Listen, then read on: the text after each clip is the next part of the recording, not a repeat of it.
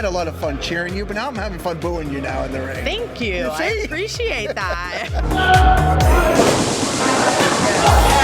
Is there like the most prized possession in your collection? I've got 4 Andre the Giant autographs that stays in my private collection at all times. For me, this is a chance for me to show my creative side and come up with some things that are a little different. Used to say sorry to all the guys that I've beat and even more sorry to their dads. Oh!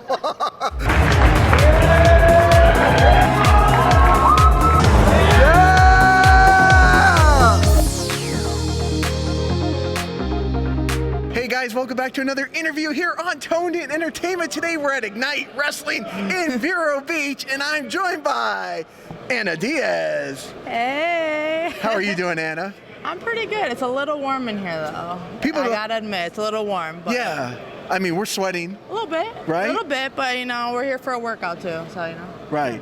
10:45 in the morning on a Saturday, and we're already sweating.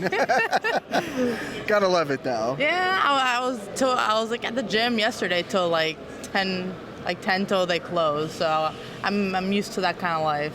Okay. I think you have to be as a professional wrestler, right? Yeah. I mean, it's like a nonstop grind. So gym, tan, gotta stay tan. It comes from the tan pirate himself too. Okay. So I try. And who's the tan pirate? Gangrel. Of course, Gangrel. I know. For those who didn't know. Yes. But yeah, tan, train, and get those shows going. Get your face out there. How important is it to stay tan? I mean, unless being like really pale is your thing, then I'm all for it. Like Melody, like he's super like. He's not tan. I'm sorry. He is not tan. He is super like white and pale, but that's kind of like his thing. I can't see him with a tan. That would just be wrong.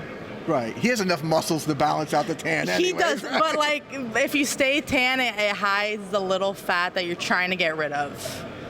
Big secret. That's the secret. That's a secret for the whole world. So I stick with it. I think it works a little bit. Okay, because I recently was reading a thing from Eric Bischoff. He does his podcast, 83 Weeks, and he was talking about Starrcade 96 when Sting showed up to wrestle Hogan, and he wasn't tan. And he kind of like, they were talking about... Did he have his paint on?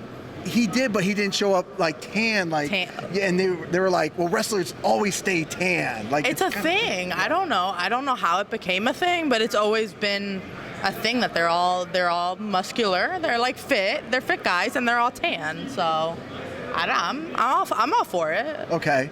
See here, I thought the secrets were just training and eating right, but tan has to probably be the third thing, right? It makes you stick out a little more. Okay. I think compared to like how weird it is that a lot of people are very pale in South Florida when you should be like outside and getting that sun. Like, what is it? Vitamin D, right? Vitamin D. I am guilty as charged. I think you're calling me out right now. Now, Anna, I've been following you for like 3 years now, and we've done like little sit-down interviews, for your organization, the WWO, which has been awesome. You're doing great things. But finally, this is our first one-on-one interview. After all this time, Is it really? It is. We've talked about it, but we haven't. We did one with the twins, though, right? No, I did. Lucero twins? I did one with the Lucero twins, but you weren't in that interview. Oh. No, but we've done a couple sit-down, and you've done so many interviews you can't even remember anymore now. Maybe. Yes.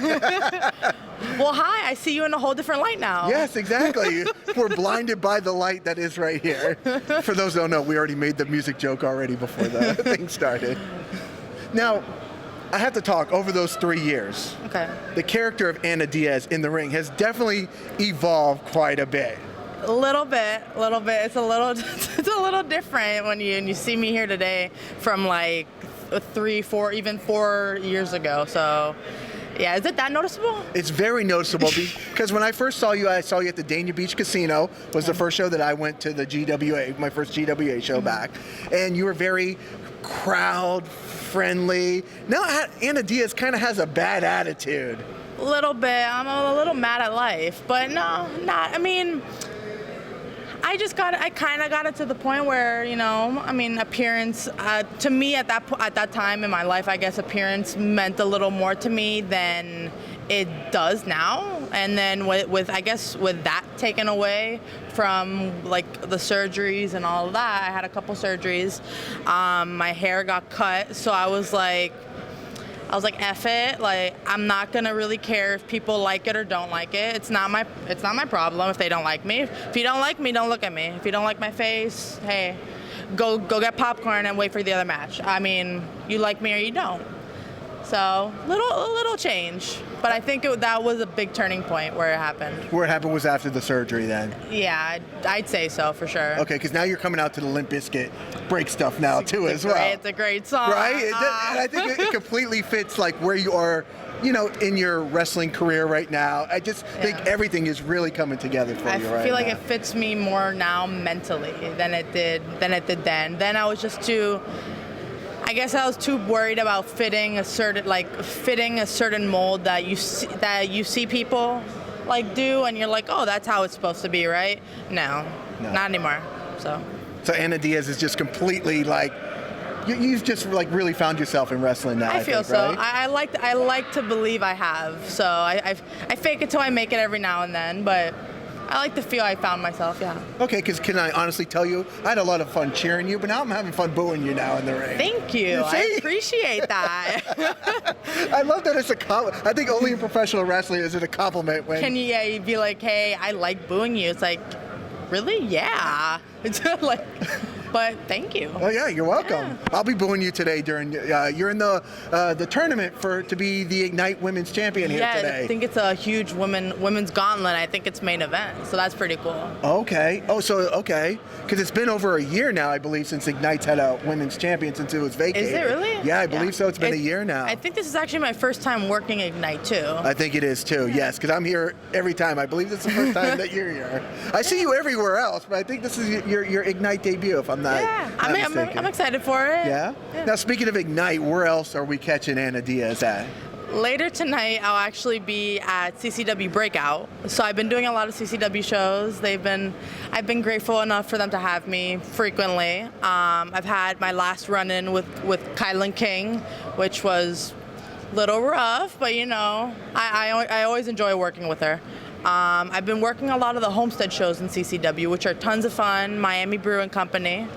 And that's about it for now. I have a Mission Pro show coming up soon we're in May. No, we're not. June? Well, yeah, July, we have like 2 weeks left in May here, so. In June. In June, okay. In June. Okay. And yeah.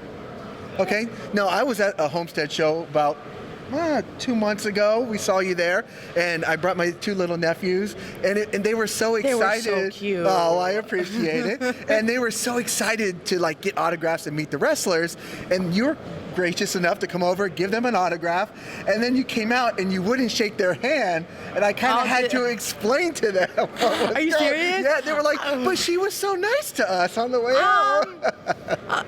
A little bit of mood swings, maybe. You can tell them that when you get home and when you see them again. Do women have mood swings? Maybe I wasn't feeling it that day. Okay. Or that hour. That hour, yeah, that hour. And then, did I come out afterwards, or was it before? You did the autographs before, and then you came out afterwards. So they thought of you as like. Well, I had to be I was like in a zone there, so that's what it was too. That's okay. I had to explain to them what was going on.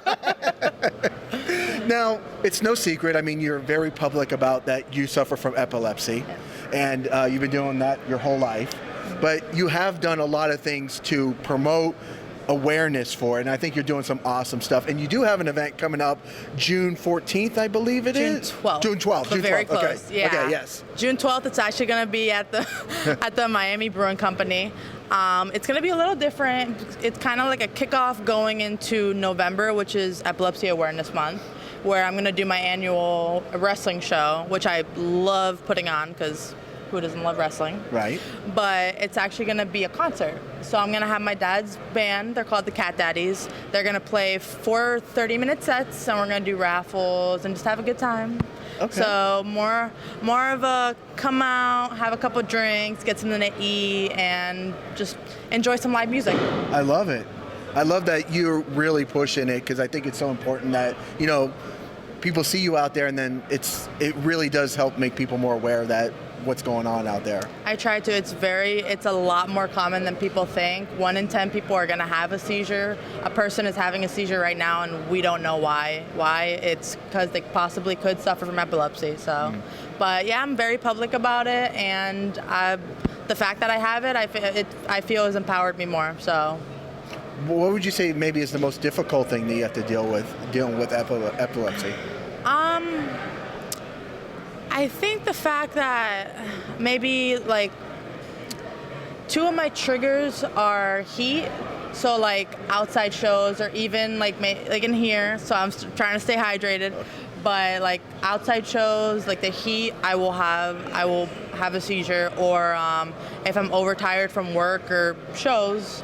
I feel like honestly that's been the biggest thing to battle with. I don't feel that medications or anything like that has really been that hard because I've done it for so long that I'm so used to it. Okay. But I now in my life, I feel like I've been able to handle everything a lot better. I have a great support system, so I have a lot of good people behind me. You do.